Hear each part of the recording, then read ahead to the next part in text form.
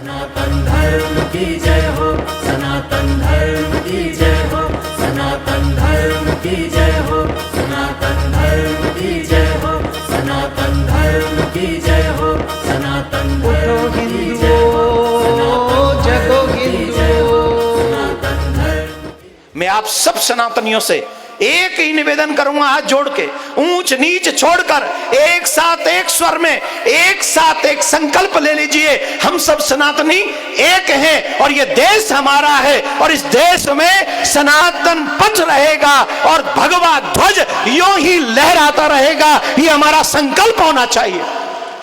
जो कम शब्दों में, क्योंकि 100 वर्ष आजकल तो कोई जी भी नहीं पाता और संघ ने 100 वर्ष देश को दिए हैं और देश को संभाला है, संजोया है।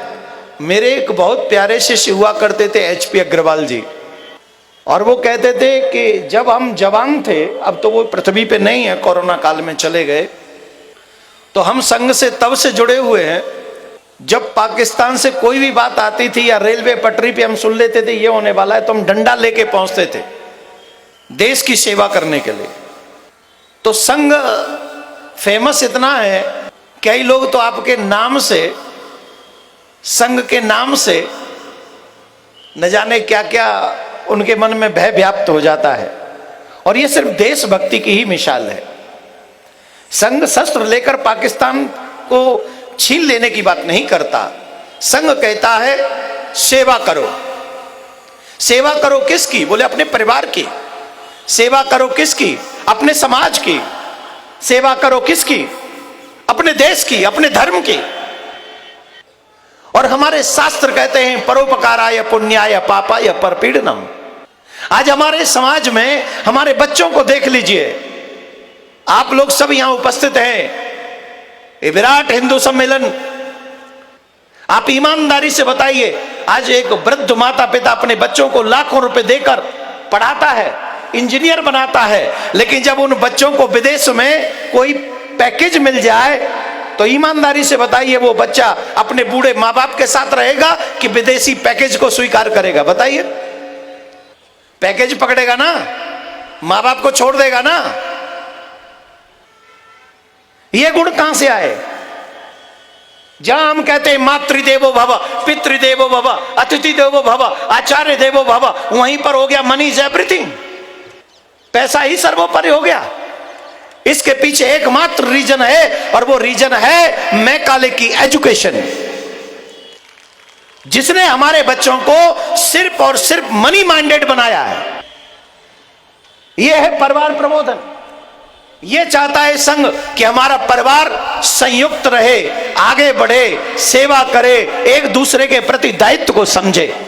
आज मुझे दुख के साथ कहना पड़ता है कथाओं में कि हिंदू बच्चे ईमानदार हिंदू नहीं हैं, क्योंकि वो रामायण नहीं जानते हैं, वो गीता नहीं जानते हैं, वो वेद नहीं जानते हैं, वो पुराण नहीं जानते हैं। इसलिए जो मैकाले की एजुकेशन ने उनको दिया है वो सिर्फ उतना ही जानते हैं। संघ ने ये शिशु मंदिर जो बनाए हैं, आज देखिए ना, यहाँ छोटे छोटे बच्चे भजन गा रहे हैं, और आप मॉडर्न स्कूलों में चले जाओ, वहां हमारे बच्चे क्या गा रहे हैं? जवाब दीजिए, क्या गाते हो वहां जब स्कूल में जाते हो? Jingle bell little star,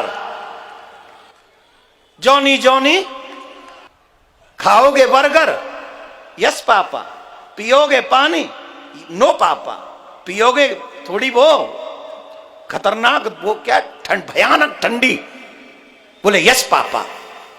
what is this? I am not against of any education style, but my dear, हमको एक बात कभी नहीं भूलनी चाहिए कि हम भारतीय हैं और हमारा जन्म भारत में हुआ है और हम सनातनी हैं, और सनातनी परंपरा को न सिर्फ जीना चाहिए बल्कि नेक्स्ट जनरेशन के लिए छोड़ के जाना चाहिए। आजादी के बाद पूरे देश में, पूरे विश्व में आगरा को फेमस कर दिया। काय के लिए? वो ताजमहल है, यहाँ जमुना जी ना है, चुवाई आगरा में जमुना जी ना है, हतेक ना है, यहाँ मनकामेश्वर मंदिर ना है, यहाँ 4-5 मंदिर ना है, जी अकेला ताजमहल ही है। जय के काज फेमस कर दियो आगरा में। क्या आगरा में ताजमहल है तो क्या करें? काऊ की कब्र देखवे जाएं। हम इतने फ्री हैं जो काऊ की कब्र देखेंगे? अरे जिन्हें शौक है जाओ देखो, आई डोंट केयर। लेकिन हम ताजमहल से पहले मथुरा में कृष्ण जन्म भूमि को देखना चाहते हैं। हमें वहां मथुरा में कृष्ण जन्म की पवित्र पावन भूमि पर मेरे ठाकुर जी का मंदिर चाहिए। हम तो तुम्हारी सौगंध खा के कह रहे हैं मथुरा और काशी हमें दे दो, हम तुम्हें दही बूरा खिलाएंगे। हमारे यहाँ जब कोई अच्छी दावत होती है, हम लोग थोड़े से ब्रज के हैं ना, मतलब ठेठ ब्रज के हैं, तो हमारे यहाँ जब दावत करते हैं तो दही बूरे के बिना हम लोग दावत को, जैसे आजकल नहीं कहते कि बिना पिए नहीं, no this is not good party. आजकल पीने को ना मिले तो बढ़िया पार्टी नहीं, नाचने को ना मिले कपड़े कम में तो गुड बढ़िया पार्टी नहीं। वैसे ही हमारे यहाँ दही और बूरा ना मिले तो हम लोग उसे अच्छा दावत नहीं मानते हैं। हमें दे दो कृष्ण जन्म भूमि, हमें दे दो काशी विश्वनाथ, हम प्रॉमिस करते हैं कि तुम्हें दही बूरे की दावत देंगे। 2 कदम हम चलते हैं, 2 कदम तुम चलो, आओ मिलकर निभाएं भाईचारा। लेकिन ये नहीं होगा कि अयोध्या में भी मंदिर तोड़ देंगे, काशी में भी मंदिर तोड़ देंगे और मथुरा में भी मंदिर तोड़ देंगे और ऊपर से आशा करोगे कि हम तुम्हारे साथ भाईचारा निभाएं और तुम हमें चारा समझ के खा जाओ। ये बहुत हो चुका, अब नहीं हो सकता। बहुत सह लिया, अब न सहेंगे। हिंदू हक लेके रहेंगे। ये हमारा देश है, ये सनातनियों का देश है, ये राम कृष्ण का देश है। अब मैं आपसे पूछता हूं, अफगानिस्तान में कितने बच्चे हो? पाकिस्तान में कितने बच्चे हो?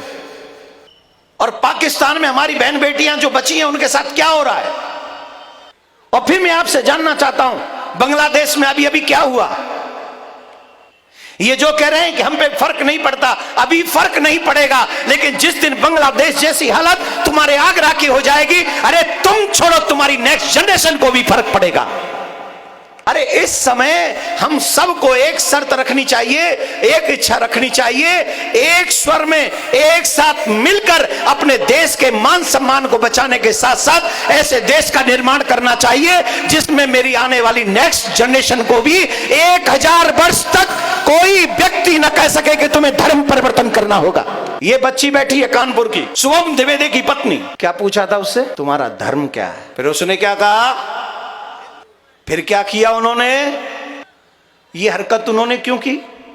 लेकिन आने वाली पीढ़ी कहीं बर्बाद न हो जाए, इसलिए अपने अहम को छोड़कर, अपनी चिंता छोड़कर आने वाली पीढ़ी के लिए चिंता कर रहा हूं और यही मेरा दिल का दर्द है।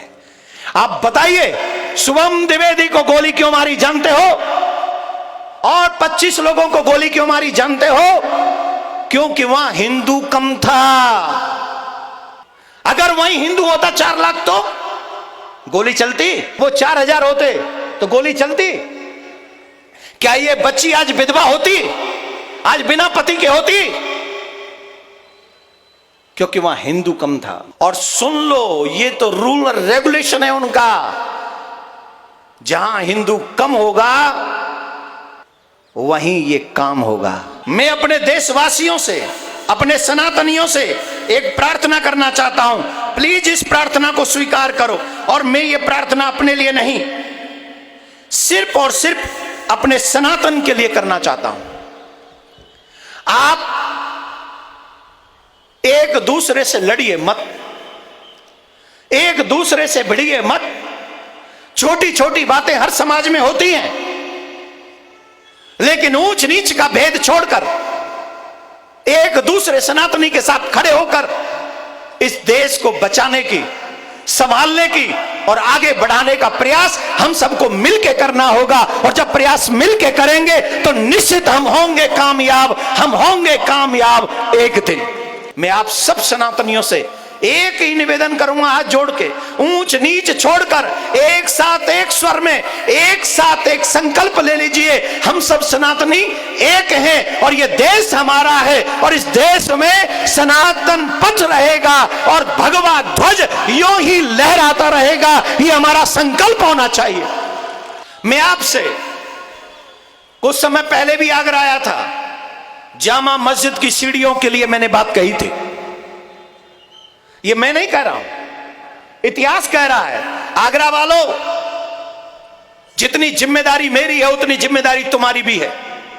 इसी आगरा की जामा मस्जिद की सीढ़ी में माजरे आलमगिरी, जो जिहादियों की किताब है, उन जिहादियों की किताब में लिखा है कि जब मथुरा का कृष्ण भूमि मंदिर तोड़ा गया तो वहां पर जो सेवित मूर्ति थी, उस केशव देव जी की मूर्ति को लाकर इस जामा मस्जिद की सीढ़ी के नीचे गाड़ दिया गया। हम सब हिंदू हैं, हम तो किसी के भगवान का अपमान नहीं करते, वो जो मानते हैं उनका अपमान हम लोग नहीं करते। ना हमारे गुरुओं ने सिखाया, ना हमारे माँ बाप ने सिखाया, ना हमारे वेद ने, ना पुराण ने, किसी ने हमको नहीं सिखाया। लेकिन अगर माज़र आलमगीरी किताब में ये लिखा है कि यहां पर मेरे भगवान की छवि है, तो बताइए हम लोग भगवान का अपमान सहते रहे या अपने भगवान के अपमान को न सहकर सम्मान के साथ अपने ठाकुर जी को जामा मस्जिद की सीढ़ी के नीचे से निकालकर भगवान को मथुरा में सही जगह पर स्थापित करें। हर घर में गूंजे सनातन की आवाज। वीडियो को लाइक करें, शेयर करें और चैनल को सब्सक्राइब करना ना भूलें।